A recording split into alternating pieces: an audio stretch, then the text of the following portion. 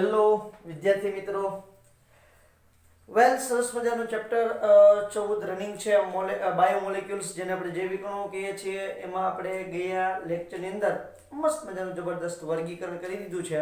હવે આપણે એ જે વર્ગીકરણ કરેલું છે અને એનું નામકરણ પણ કર્યું છે, બરાબર, કાર્બોહાઈડ્રેટનું નામકરણ પણ કર્યું છે.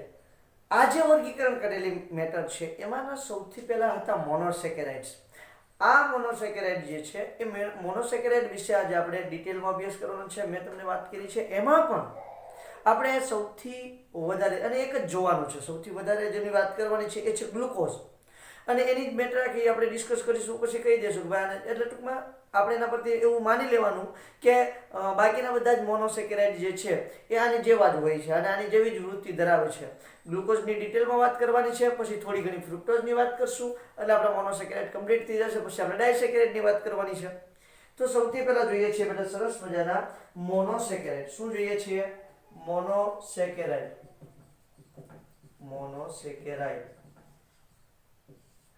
ઓકે, તો મોનોસેકેરાઇડમાં આપણે એનું જ્યારે નામકરણ ગઈકાલે કર્યું છે, મતલબ કે ગયા લેક્ચરની અંદર, તો મોનોસેકેરાઇડ સંયોજનો જે છે એની અંદર શું આપણે ડિટેલમાં વાત કરી હતી, તો કે ભાઈ એના જે નામકરણ છે, જો એક કાર્બન હોય તો આપણે સોરી 3 કાર્બન હોય તો ટ્રાય, 4 હોય તો ટેટ્રા, 5 હોય તો પેન્ટા, 6 હોય તો હેક્સા, 7 હોય તો હેપ્ટા, અને એની પાછળ ઓઝ લગાડી દેવાનું. જો 3 કાર્બન હોય તો ટ્રાયોઝ,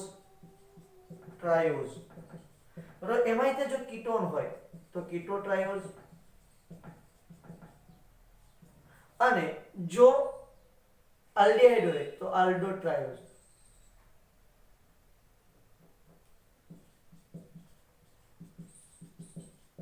બરોબર છે. ત્યાર પછી ટેટ્રોઝ, પછી 4 હોય તો ટેટ્રોઝ, 5 હોય તો પેન્ટોઝ, 6 હોય તો હેક્સોઝ, 7 હોય તો હેપ્ટોઝ. એ રીતે આપણે વાત કરવાની છે. 4 હોય તો ટેટ્રોઝ, તો કીટોન હોય તો કીટો ટેટ્રોઝ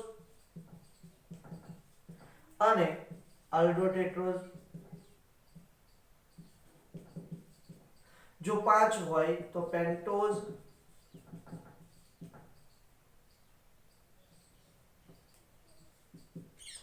જો કીટોન હોય તો કીટો પેન્ટોઝ અને આલ્ડો પેન્ટોઝ.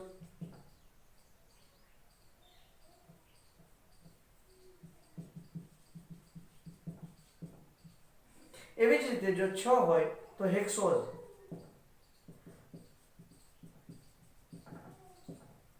કીટો હેક્સોઝ અને આલ્ડો હેક્સોઝ. અને એવી જ રીતે જો 7 કાર્બન હોય તો હેપ્ટોઝ, કીટોન હોય તો કીટો હેપ્ટોઝ અને આલ્ડેહાઇડ હોય તો આલ્ડો હેપ્ટોઝ.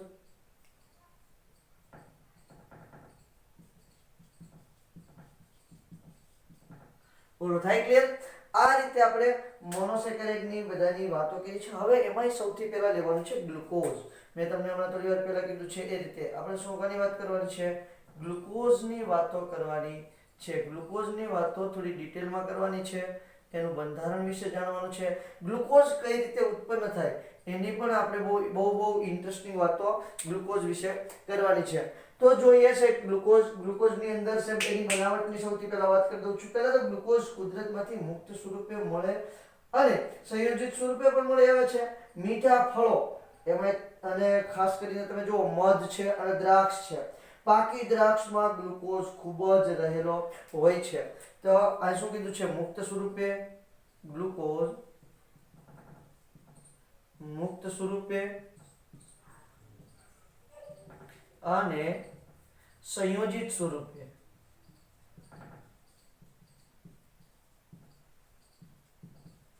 મળી આવે છે. ક્યાંથી મળે? પહેલા તો ગ્લુકોઝ ક્યાંથી મળે છે? પાકા ફળો, મધ અને પાકી દ્રાક્ષ માંથી ખૂબ જ પ્રમાણમાં મળી આવે છે. બરાબર છે. પાકી દ્રાક્ષમાંથી ખૂબ જ પ્રમાણમાં મળી આવે છે. હવે જે તમારે વાતો કરવાની છે એ શું વાતો છે તો કે ભાઈ જે ગ્લુકોઝ છે એની બનાવટની વાતો કરી છે. તો પહેલા આનો સ્ક્રીનશોટ લઈ લો એટલે ગ્લુકોઝની બનાવટની વાત કરીએ. ઓકે વેલ તો ગ્લુકોઝની બનાવટ જોઈ લઈએ જરાક. ગ્લુકોઝની બનાવટ ચલો તો સૌથી પહેલા તો ગ્લુકોઝ જે છે એ શેરડીમાંથી બને અથવા તો ખાંડમાંથી બને અથવા સુક્રોઝમાંથી બને. તમે ત્રણમાંથી કોઈ પણ લઈ લો. શેરડી, ખાંડ અથવા સુક્રોઝ માંથી કઈ રીતે બને એની જરાક વાત કરીએ. કે જો શેરડીમાં જો સુક્રોઝ હોય છે બરાબર. હવે સુક્રોઝની મંદ HCl અથવા મંદ H2SO4 સાથે આલ્કોહોલની દ્રાવણમાં ઉકાળવામાં આવે છે એટલે ગ્લુકોઝ અને ફ્રુક્ટોઝ સરખા પ્રમાણમાં મળે છે. શું કરવાનું છે ભાઈ તો કે ભાઈ મંદ HCl અથવા મંદ H2SO4 સાથે સુક્રોઝ ને આલ્કોહોલીય દ્રાવણમાં ઉકાળવામાં આવે છે. ઉકાળવાથી ગ્લુકોઝ અને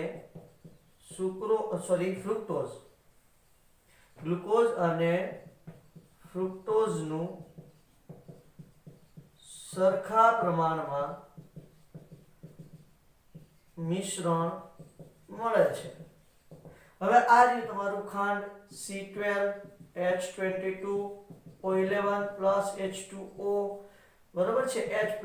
હવે આપણને ખબર છે મંદ HCl અથવા તો મંદ H2SO4 તમે અહીંયા લઈ શકો અથવા તો ઉદ્દીપક પણ ચાલે નો પ્રોબ્લેમ.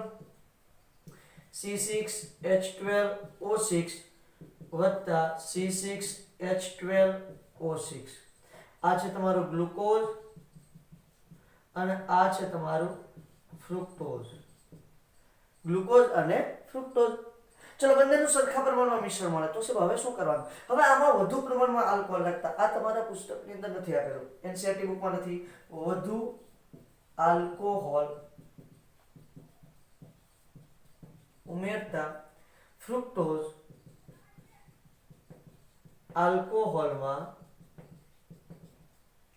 ફ્રુક્ટોઝ જે છે એ આલ્કોહોલમાં દ્રાવ્ય થાય છે જ્યારે ગ્લુકોઝ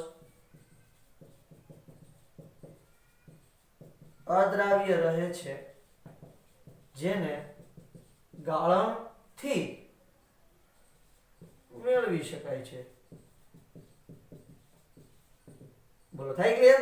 તો આ છે તમારે ગ્લુકોઝની બનાવટની પહેલી પદ્ધતિ કે તમારું ગ્લુકોઝ તમને મળી ગયું છે. હવે બીજી પદ્ધતિ છે સ્ટાર્ચમાંથી ગ્લુકોઝની બનાવટ.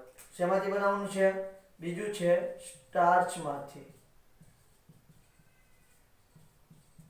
સ્ટાર્ચમાંથી ગ્લુકોઝ કઈ રીતે બને એની જરા વાત કરી દો. હવે સ્ટાર્ચ છે એને ઔદ્યોગિક રીતે 393 કેલ્વિન તાપમાને દબાણ હેઠળ મંદ H2SO4 સાથે ઉકાળતા જળ વિભાજનથી 393 કેલ્વિન તાપમાને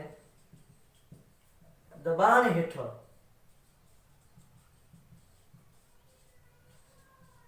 મંદ H2SO4 સાથે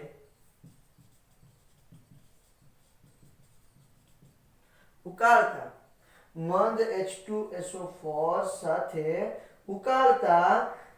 સ્ટાર્ચના જળ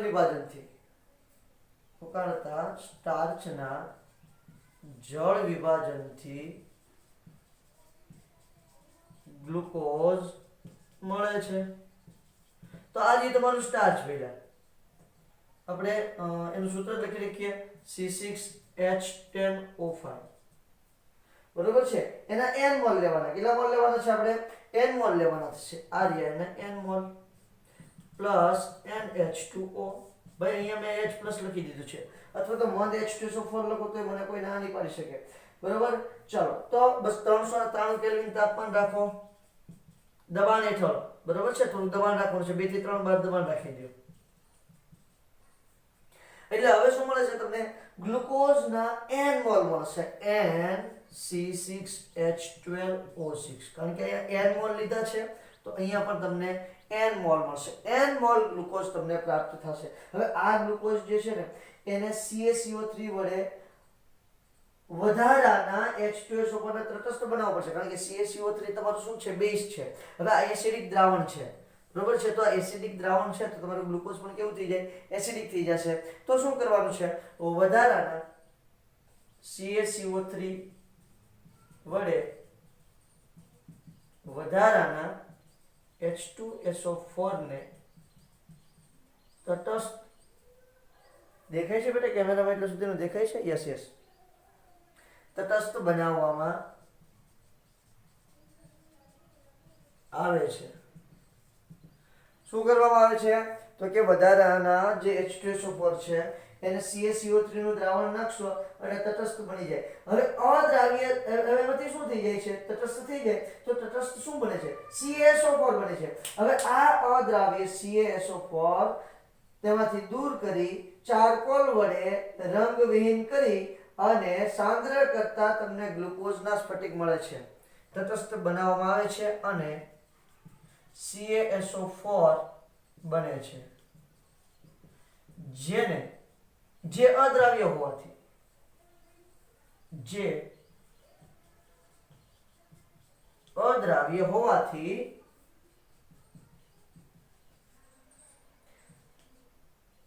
દૂર કરવામાં આવે છે.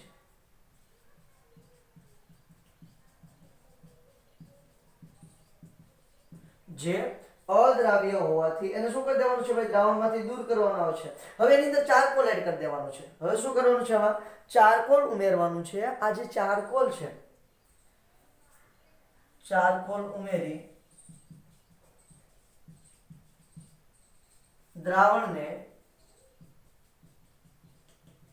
રંગવિહીન બનાવવામાં આવે છે. ચારકોલ ઉમેરી દ્રાવણને રંગવિહીન બનાવવામાં આવે છે. હવે શું કરવાનું છે, અહીંયા ઉપર લખી નાખું છું.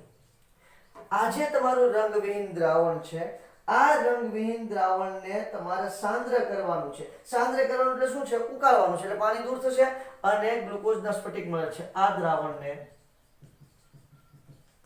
સાંદ્ર બનાવતા, સાંદ્ર કઈ રીતે બનાવવાનું છે, એને ગરમ કરવાનું છે, એની અંદરથી પાણી શું કરવાનું છે, દૂર કરવાનું છે. સાંદ્ર બનાવતા ગ્લુકોઝના સ્ફટિક મળે છે. લ્યો, આ રીતે તમને સરસ મજાનું ગ્લુકોઝ મળે છે. હવે આપણે વાત કરી છે ગ્લુકોઝના બંધારણ વિશેની, પણ એ પહેલા તમે એનો ફટાફટ સ્ક્રીનશોટ લઈ લો બેટા. આ હું ભૂસી નાખવાનું છું. આમાંની ઘણી મેટર છે જે તમારા પુસ્તકની અંદર નથી આપેલી, જે તમારે યાદ રાખવાની છે. ચલો વાત કરીએ ગ્લુકોઝના બંધારણની.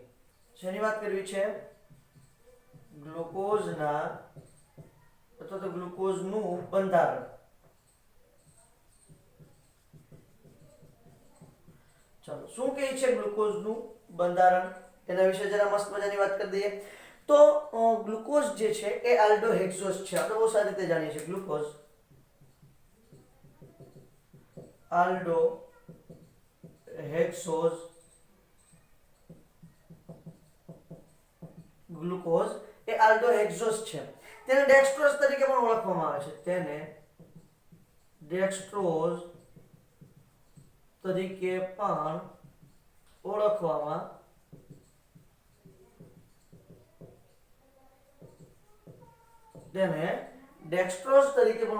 આવે છે. શેના તરીકે ઓળખવામાં આવે છે પહેલા, ડેક્સ્ટ્રોઝ તરીકે ઓળખવામાં આવે છે. આખું અક્ષર રાખું છું, ડેક્સ્ટ્રોઝ તરીકે પણ ઓળખવામાં આવે છે. હવે એનું બંધારણ જોઈએ છે. એમ તો તમે ગ્લુકોઝ જોવા જાવ ને તો સ્ટાર્ચ અને સેલ્યુલોઝ જેવા પોલિમર જે છે એનો મોનોમર છે ગ્લુકોઝ. એ તો આપણે સ્ટાર્ચ અને સેલ્યુલોઝ ની વાત કરશું ત્યારે ખ્યાલ આવશે. ગ્લુકોઝ સ્ટાર્ચ અને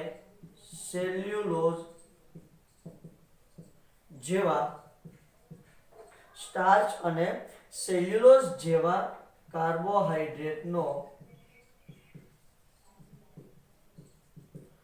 મોનોમર છે.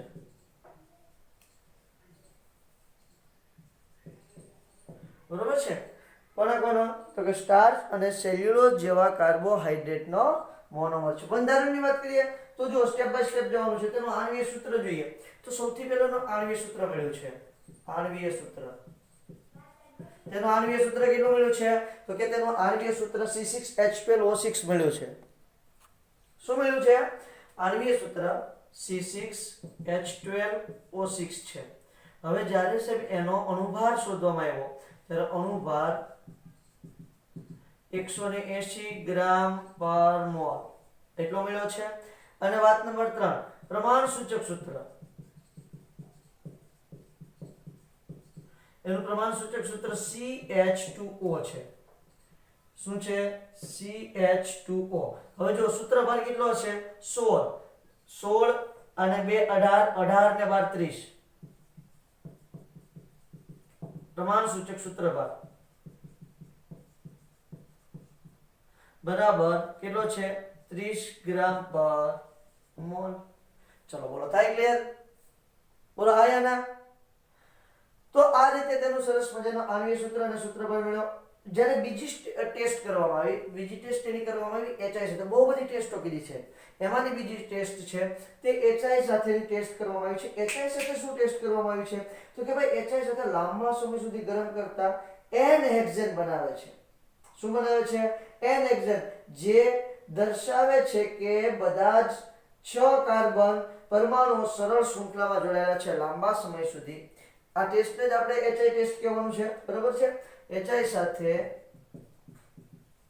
લાંબા સમય સુધી ગરમ કરતા N-હેક્ઝેન બને છે.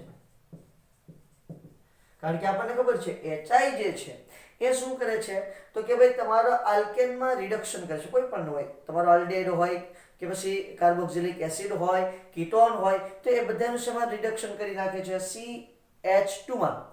બરાબર? CH2 બનાવે છે. લાલ ફોસ્ફરસ ને યાદ કરો તો HI સાથે લાંબા સમય સુધી ગરમ કરતા N-હેક્ઝેન બને છે, જે દર્શાવે છે કે ગ્લુકોઝ સરળ શૃંખલા ધરાવે છે. ઓકે ચાલો, હું કઈ રીતે સાબિત કરવું આપણે સમજી લો કે ભાઈ મારી પાસે ગ્લુકોઝ, અત્યારે મને જે બંધારણ ખબર નથી, તમારા પુસ્તકમાં તો આપી દીધેલું છે, ચલો તો એક આપી દીધેલું જ લઈએ. બાકી આપણે બંધારણ જે ખબર જ નથી તો એવું લખી ના શકીએ. પણ એ લખી દઉં છું CHO CH2OH કેટલી વખત છે? 4 ટાઈમ. CHOH કેટલી વખત છે? 4 ટાઈમ છે. અને CH2OH એક વખત છે. તો આ છે તમારું ગ્લુકોઝ. ઓકે, આ જે ગ્લુકોઝ જે છે એને આપણે HI સાથે લાંબા સમય સુધી ગરમ કરેલું છે. બોલો હા કે ના? હા સાહેબ. તો શું થાય છે? તો કે આપણને N-હેક્ઝેન મળે છે. શું મળે છે? N-હેક્ઝેન એટલે CH3 CH2 CH2 CH2 CH2 1 2 3 4 5 અને CH3. તો એનો મતલબ શું થાય છે? તે તમારું ગ્લુકોઝ જે છે એ આવી સરળ શૃંખલા ધરાવે છે. 1 3 ને 3 6 ગ્લુકોઝ કાર્બનની સરળ શૃંખલા ધરાવે છે. આનો મતલબ એવો થાય છે કોઈ પણ પદાર્થને HI સાથે ગરમ કરશો અને તમને જો મળે આ ટાઈપનું સંયોજન મળે તો એ સમજવાનું કે સરળ શૃંખલા ધરાવે છે. બરોબર છે? ગ્લુકોઝની જગ્યાએ કોઈ ટ્રાયોઝ હોત, કોઈ પેન્ટોઝ હોત તો 5 કાર્બનની સરળ શૃંખલા મળે.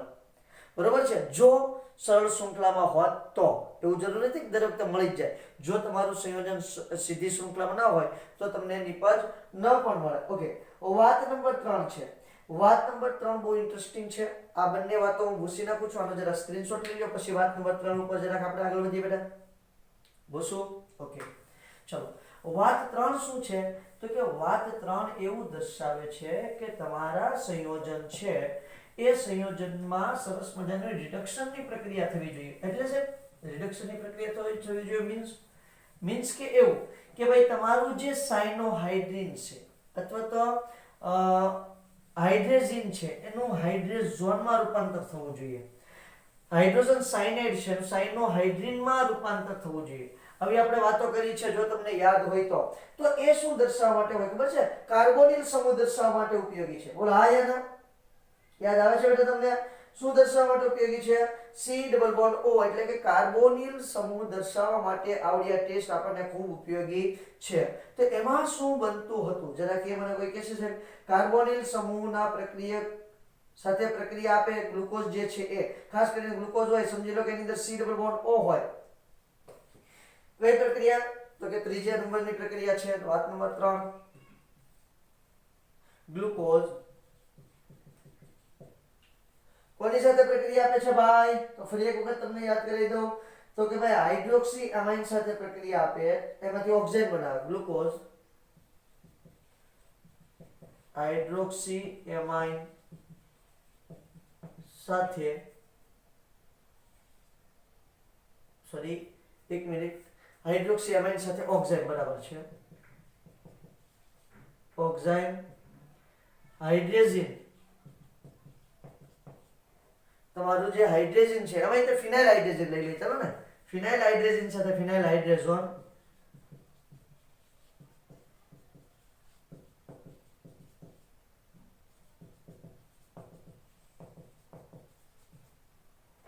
ફિનાઇલ હાઇડ્રોજન પછી હાઇડ્રોજન સાયનાઇડ સાથે HCN સાથે સાયનોહાઇડ્રેટ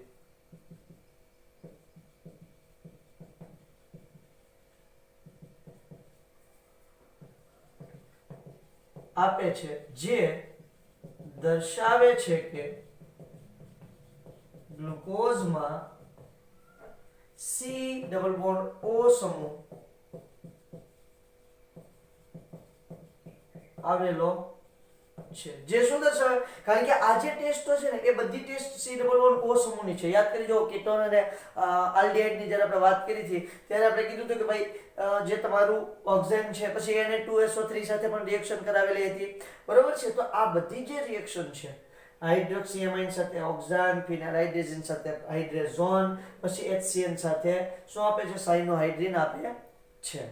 તો એનો મતલબ એમ થાય કે તમારું જે ગ્લુકોઝ છે આ ગ્લુકોઝની અંદર શું આવેલું છે? સી ડબલ બોન્ડ ઓ આવેલું છે. હા તો આપણે લખીએ છીએ ને ભાઈ અહીંયા તમે જોઈ લો સી ડબલ બોન્ડ ઓ અને H બરાબર પછી CHOH 4 ટાઈમ અને CH2OH બોલો થાય ક્લિયર?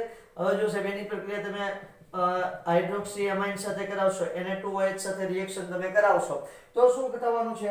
તો કે ઘટના તો સાહેબ સિમ્પલ જ છે. શું થવાનું છે? તો કે ભાઈ એમાંથી તમને શું મળવાનું છે? ઓક્સાઇડ મળવાનું છે. શું મળવાનું છે બેટા? ઓક્સાઇડ મળવાનું છે. તો યાદ કરી જો ઓક્સાઇડ આપણે આ રીતે બનાવેલું છે C ડબલ બોન્ડ CH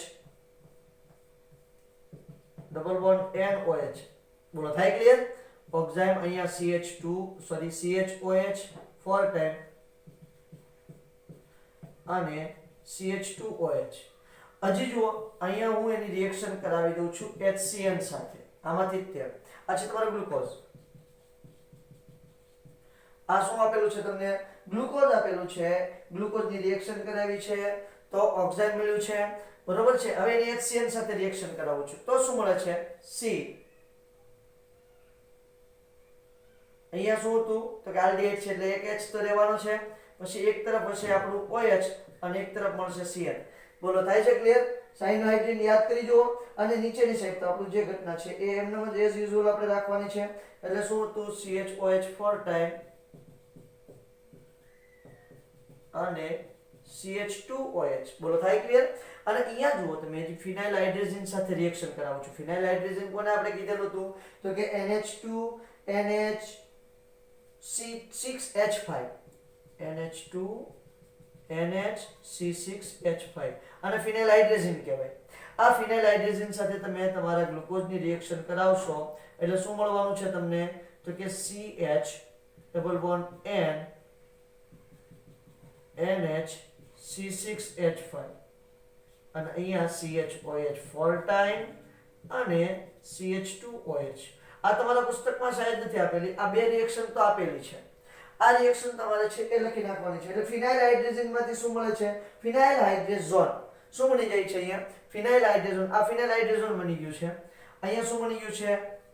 તો કે HCl સાથે પ્રક્રિયા કરાવી છે, તો HCl સાથે પ્રક્રિયા કરાવવાથી સાયનોહાઇડ્રેટ મળ્યું છે અને હાઇડ્રોક્સિલ એમાઇન સાથે પ્રક્રિયા કરવાથી શું મળ્યું છે? ઓક્ઝેન તમને મળે છે. આ ત્રીજી રિએક્શન છે. તો એનો મતલબ એમ થાય કે તમારા ગ્લુકોઝની અંદર C ડબલ બોન્ડ O સમૂહ હાજર છે. બસ ધેટ્સ ઓલ. કારણ કે કાર્બોનિલ સમૂહ હાજર હોય તો કાર્બોનિલ સમૂહ માટેની જ આ કસોટી છે. એટલા માટે કહીએ કે ભાઈ અહીંયા C ડબલ બોન્ડ O સમૂહ હાજર છે. હવે સમજો, C ડબલ બોન્ડ O તો કેટલાની અંદર આવે? એસ્ટર ની અંદર આવે, આલ્ડિહાઇડ ની અંદર આવે, કીટોન ની અંદર આવે, કાર્બોક્સિલિક એસિડ ની અંદર આવે, બરોબર છે. પછી તમારું ઓક્સિક એસિડ હોય તો શું કહીએ છીએ આપણે એને? ઇથેનોઇક એસિડ, ઇથેનોઇલ એસિડ હોય તો એની અંદર હોય, એટલે કે એસિડ ક્લોરાઇડ ની અંદર હોય, પછી એનહાઇડ્રેટ ની અંદર હોય, કેટલી બધી જગ્યાએ હોય છે.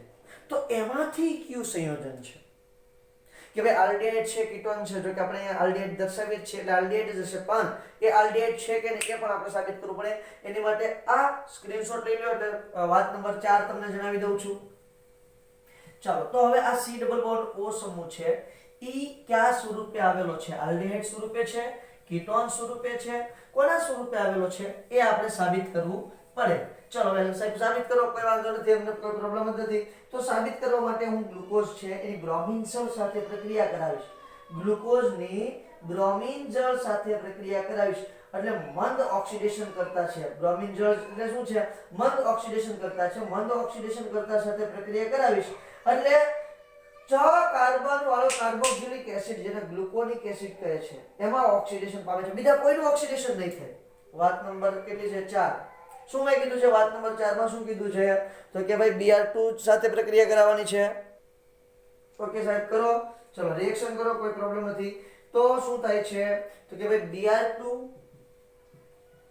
જેવા નિર્બળ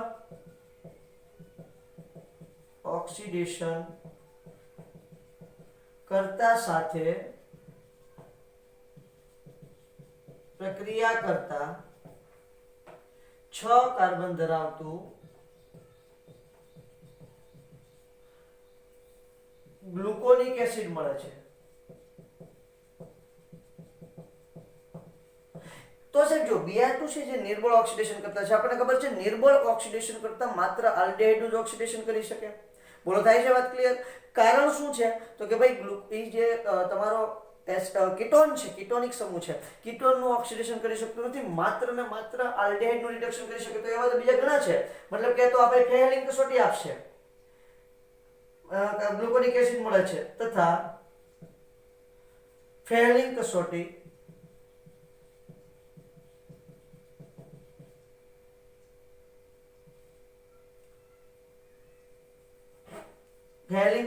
આપી શું કરે છે? તો કે ભાઈ પોતે શું છે? ઓક્સિડેશન Br2 છે આ પોતે ઓક્સિડેશન કરતા છે એટલે સામેવાળાનું ઓક્સિડેશન કરશે, પોતાનું શું થશે? રિડક્શન થશે. ફેહલિંગ કસોટી આપી Cu2O ના લાલ અવક્ષેપ આપે છે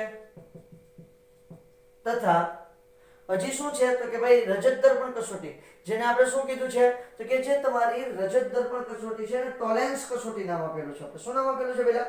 ટોલેન્સ કસોટી. તો ટોલેન્સ કસોટી આપશે, આ સાહેબ આપશે. તો ટોલેન્સ કસોટીમાં શું થશે? તો કે એમોનિકલ સિલ્વર નાઇટ્રેટ જેને ટોલેન્સ પ્રક્રિયા કહેવાય એના દ્રાવણનું ગ્લુકોઝ દ્વારા સિલ્વરમાં રિડક્શન થાય છે તથા એમોનિકલ સિલ્વર નાઇટ્રેટ ટોલેન્સ પ્રક્રિયા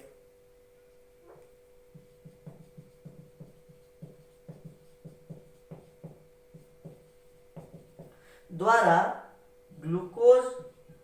ટોલેન્સ પ્રક્રિયા ના દ્રાવણનું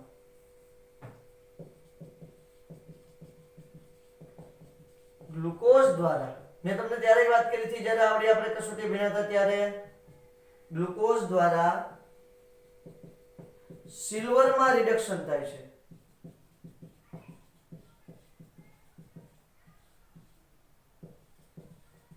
કારણ કે આ પોતે ઓક્સિડેશન કરતા છે તો આનું પોતાનું શું થશે? રિડક્શન થશે. તો એમોનિકલ સિલ્વર નાઇટ્રેટનું રિડક્શન થઈ અને શું મળશે? સિલ્વર મળશે. અને જે તમારું ગ્લુકોઝ છે એનું અનુવર્તી શેમાં રૂપાંતર થઈ જશે?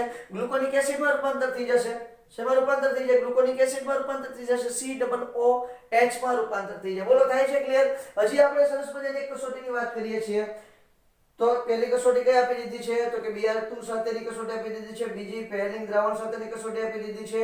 ત્રીજી કસોટી કોની સાથે આપી દીધી છે? એમોનિકલ સિલ્વર નાઇટ્રેટ સાથેની કસોટી આપી દીધી છે. ઓકે ચલો બસ ત્રણ જ કસોટીની વાત કરવાની છે. તો શું થાય છે? તો કે ભાઈ આ છે એનો મતલબ એવો થાય છે કે તમારો છેડાનો જે હશે સંયોજન, મતલબ કે જે ગ્લુકોનિક એસિડ મળે છે, એ ગ્લુકોનિક એસિડ જે મળે છે એ નિર્બળ ઓક્સિડેશન કર્તાની મદદથી મળે છે.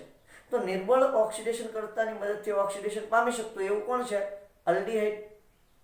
અને બીજી વાત, આલ્ડીહાઇડ હંમેશા છેડા પર જ હોય. એટલે એનો મતલબ એવો થાય કે કાર્બનના છેડે જે 6 કાર્બનની શૃંખલા હતી એમાં એક છેડે આલ્ડીહાઇડ આવેલો છે. રિડક્શન થાય છે, તેથી તેમાં CHO સમૂહ હાજર હશે અને CHO આલ્ડીહાઇડ હંમેશા છેડાના કાર્બન પર આવેલ હોય છે. તેથી 6 કાર્બનની શૃંખલામાં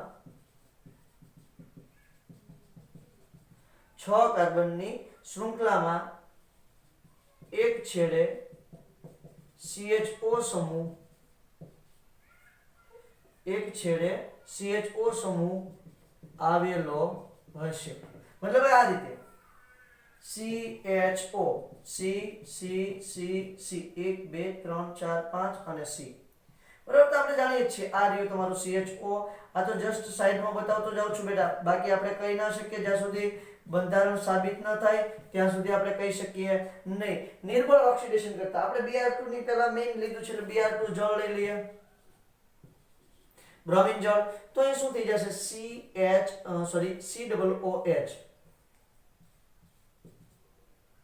COOH CHOH 4 ટાઈમ અને CH2OH. આ છે તમારું ગ્લુકોઝ અને આ છે તમારું શું? ગ્લુકોનિક એસિડ.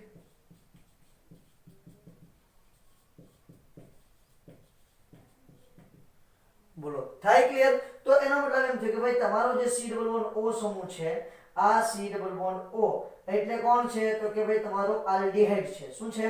આલ્ડીહાઇડ. ફટાફટ સ્ક્રીનશોટ લે બેટા. આને પણ પૂછી અને વાત નંબર 5 જણાવું છું. કઈ વાત જણાવું છું? વાત નંબર 5.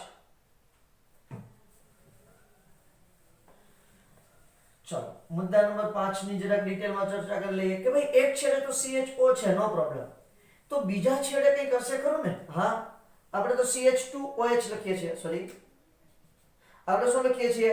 CH2OH લખીએ છીએ. તો બીજા છેડે CH2OH છે કઈ રીતે સાબિત કરીશું? તો બીજા છેડે CH2OH છે એ મારે સાબિત કરવા માટે કંઈક નવી ટેસ્ટ કરવી પડશે. શું ટેસ્ટ કરું છું? તો કે જો પ્રબળ ઓક્સિડેશન કરતા, ઓવરે ઓક્સિડેશન કરતા તેના જેટલા જ કાર્બન પરમાણુ ધરાવતો ડાય કાર્બોક્સિલિક એસિડ એટલે કે સેકેરિક એસિડ મળે છે. બોલો મારી વાત સમજો છો બેટા? તમારી પુસ્તકમાં આ મુદ્દો શાયદ નથી આપેલો, પણ કઈ વાંધો નહીં આપેલો છે ભાઈ. 6 નંબરનો મુદ્દો આપેલો છે શાયદ. બરોબર છે? હવે તમે જોશો એટલે તમને ખ્યાલ આવશે કે ભાઈ તમે જો એનું ઓક્સિડેશન કરશો, પ્રબળ ઓક્સિડેશન કરતા આવડે. હવે પ્રબળ ઓક્સિડેશન કરતા આવડે તો આલ્કોહોલનું ઓક્સિડેશન થઈ જાય. પ્રબળ ઓક્સિડેશન કરતા આવડે આલ્કોહોલનું પણ ઓક્સિડેશન થઈ જાય. ઓહો, તો હવે શું કરવાનું છે? તો એક કામ કરીએ. પહેલા તો એક તો આલ્ડીહાઇડ છે ફિક્સ થઈ ગયું છે. બરાબર? એટલે પાંચમો મુદ્દો છે ને હું થોડો ઇન્ટરેસ્ટિંગ બનાવી દઉં છું. પાંચમો મુદ્દો જે છે એ પહેલા છે ને બાકીના કાર્બન, એક કાર્બન પર તો CHO છે એ નક્કી થઈ ગયું. બાકીના કાર્બન પર શું આવેલું છે ને એની જરાક વાત કરી નાખું છું. તો શું થાય છે? તો કે ભાઈ ગ્લુકોઝ છે એ એસિટિક એનહાઇડ્રેટ સાથે એસિટિલેશનની પ્રક્રિયા કરે, અથવા તો શું કરે છે? તો કે નિર્જળ એસિટિક એનહાઇડ્રેટ સાથે નિર્જળ ઝિંક ક્લોરાઇડ અથવા પિરિડિનની હાજરીમાં શું કરે છે? તો કે ભાઈ તમારે એસિટિક એનહાઇડ્રેટ સાથે પ્રક્રિયા કરી અને પેન્ટા એસિટેટ વ્યુત્પન્ન બનાવે છે. ગ્લુકોઝ એસિટિક એનહાઇડ્રેટ સાથે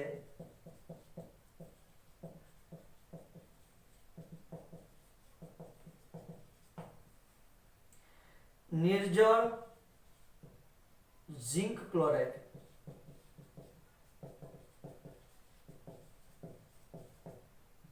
અથવા કોની હાજરીમાં અથવા બીજું લેવાનું છે પિરિડિનની હાજરીમાં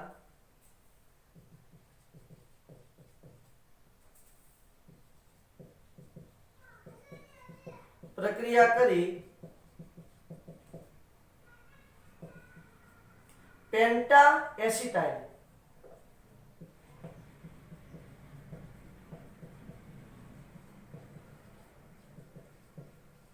વ્યુત્પન્ન બનાવે છે. કયું વ્યુત્પન્ન બનાવે છે? પેન્ટા એસિટાઇલ વ્યુત્પન્ન બનાવે છે. જે શું દર્શાવે છે? આવું ક્યારે બને છે ભાઈ? પેન્ટા એસિટાઇલ વ્યુત્પન્ન ક્યારે બને? તો કે જ્યારે OH સમૂહ હાજર હોય ત્યારે જ આ વ્યુત્પન્ન બનાવી શકાય.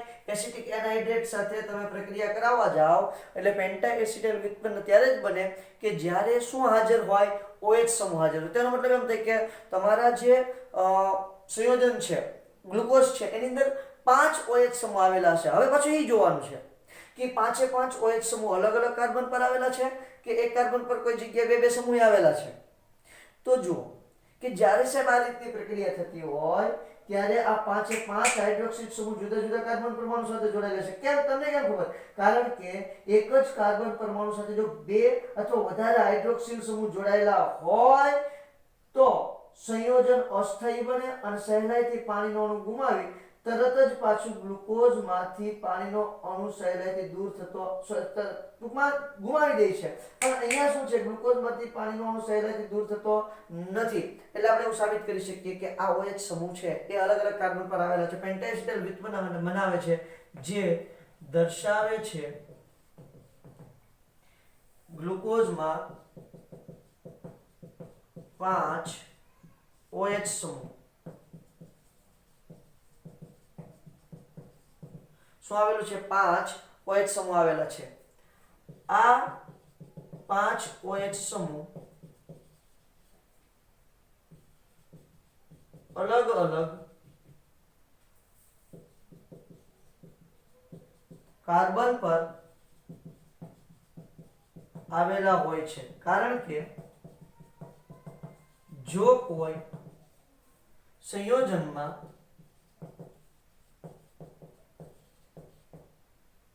એક જ કાર્બન પર એક અથવા વધારે OH સમૂહ આવેલ હોય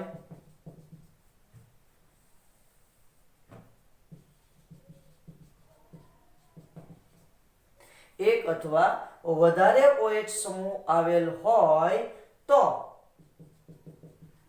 તે સંયોજન સહેલાઈથી પાણીનો અણુ દૂર કરે છે. પણ ગ્લુકોઝમાં આવું થતું નથી. પરંતુ ગ્લુકોઝમાં પાણીનો અણુ સહેલાઈથી દૂર થતો નથી. એટલે OH સમૂહ જુદા જુદા કાર્બન પર આવેલા હશે. લ્યો એટલે એનો મતલબ એમ છે કે એક કાર્બન જે છે ત્યાં કોણ છે? તો કે ભાઈ CHO છે. પછી અલગ અલગ કાર્બન પર કયા સમૂહ આવેલા છે ભાઈ? OH સમૂહ આવેલા છે. 1 2 3 4 અને 5 OH સમૂહ આવેલા છે. એટલે તો પેન્ટા એસિટાઇલ વ્યુત્પન્ન બને છે. કઈ રીતે બને? જુઓ CHO CHOH 4 ટાઈમ અને CH2OH. હવે એનું તમે એસિટિક એનહાઇડ્રેટ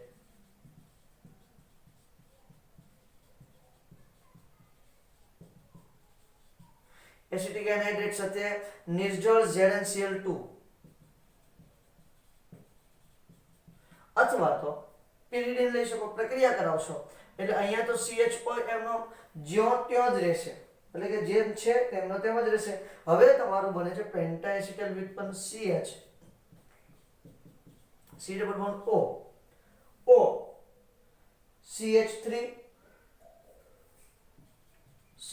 કેટલા ટાઈમ 4 ટાઈમ અને અહીંયા બને છે CH2 C double bond O OCH3. તો પેન્ટાએસિટલ આ એક 4 એસિટેટ અને એક 5 એસિટાઇલ પેન્ટાએસિટલ વ્યુત્પન્ન બન્યું છે. કેવું એસિટલ વ્યુત્પન્ન બન્યું છે બેટા? પેન્ટાએસિટલ વ્યુત્પન્ન બન્યું છે. આ તો એના પરથી નક્કી થઈ ગયું ને ભાઈ. સીધી સાદી ને સિમ્પલ વાત કે એમાં 5 OH સમૂહ આવેલા હશે. ચલો આનો સ્ક્રીનશોટ લ્યો એટલે આપણે આગળ વધીએ છીએ બેટા. હું શું છું? Okay and the last point કે છઠ્ઠો પોઈન્ટ એ છે સાહેબ કે એક છેડે CHO છે, એક છેડે CH2OH છે અને વચ્ચે બધી જ જગ્યાએ શું છે તો કે ભાઈ OH જોડાયેલું છે. આ આપણે કાર્બનનું આખું બંધારણ તૈયાર કર્યું છે. ક્લિયર છે? ઓકે વેલ. હવે શું કહે છે તો કે ભાઈ તમારું જે ઓક્સિડેશન છે, સમજો કે હું ભાઈ સાંદ્ર નાઇટ્રિક એસિડ વડે ઓક્સિડેશન કરું છું. કોના વડે ઓક્સિડેશન કરું પહેલા? સાંદ્ર નાઇટ્રિક એસિડ એટલે HNO3 વડે જો ઓક્સિડેશન કરવામાં આવે તો શું થાય છે તો ભાઈ તમારું ડાયકાર્બોક્સિલિક એસિડ સેકેરિક એસિડ મળે છે. શું મળે છે? ડાયકાર્બોક્સિલિક એસિડ એટલે કે સેકેરિક એસિડ તમને મળેલું જોવા ટૂંકમાં બનશે. હવે જો એ બે રીતે બને, ગ્લુકોનિક એસિડ છે એમાંથી પણ સેકેરિક એસિડ બનશે અને તમારું ગ્લુકોઝ છે એમાંથી ડાયરેક્ટ સેકેરિક એસિડ બનશે. કારણ કે HNO3 કેવું છે? પ્રબળ ઓક્સિડેશન કરતા છે. પ્રબળ ઓક્સિડેશન કરતા HNO3 વડે ઓક્સિડેશન કરતા ડાયકાર્બોક્સિલિક એટલે તો તમે એમ પણ લખી શકું કે ડાયકાર્બોક્સિલિક એસિડ.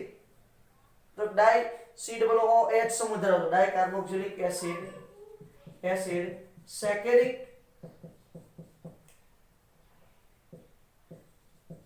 એસિડ મળે છે. કયો એસિડ મળે છે ભાઈ? સેકેરિક એસિડ મળે છે. હવે એ બંનેમાંથી મળે છે. જો પહેલા તો હું અહીંયા CHOH4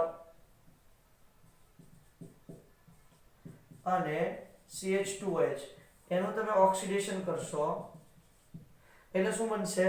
COOH CHOH 4 ટાઈમ અને CH2OH સોરી અહીંયા પણ COOH બનશે. તમારું જે આલ્કોહોલ છે એનું પણ ઓક્સિડેશન કરી નાખશે. પછી જો અહીંયા આપણે ગ્લુકોનિક એસિડ તો હતું જ CHOH 4 ટાઈમ અને CH2OH. આ છે તમારું ગ્લુકોઝ, આ છે તમારું સેકેરિક એસિડ અને આ છે તમારું ગ્લુકોનિક એસિડ.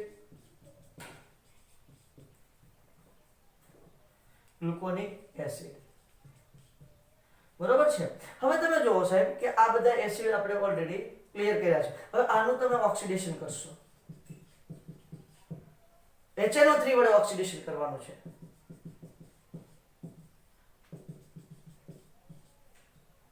બરોબર છે. એટલે તમને શું મળી જાય છે? સેકેરિક એસિડ મળી જાય છે. અહીંયા આપણે આવી ક્લિયર આખી ઘટના ક્લિયર કરી. CHO COH અહીંયા પણ C, અહીંયા પણ OH, C, અહીંયા પણ OH, અહીંયા C, 1 2 3 અહીંયા પણ OH અને અહીંયા C અને અહીંયા પણ OH. ક્લિયર છે? 5 OH છે. હવે શું કરવાનું છે? મુદ્દા નંબર 7. સાતમો મુદ્દો હું એવું કહી શકું છું તમને કે ભાઈ તમારે જે જગ્યાએ કાર્બનની સંયોજકતા ઘટે છે તે બધા જ સ્થાને હાઇડ્રોજન જોડી દો એટલે કાર્બનની સંયોજકતા પૂરી થઈ છે. સાતમો મુદ્દો જો કે છે નહીં પણ એ લખી દઉં છું. અહીં કાર્બનની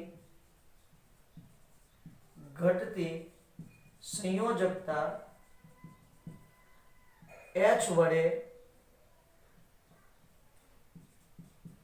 પૂરી કરતા ગ્લુકોઝનું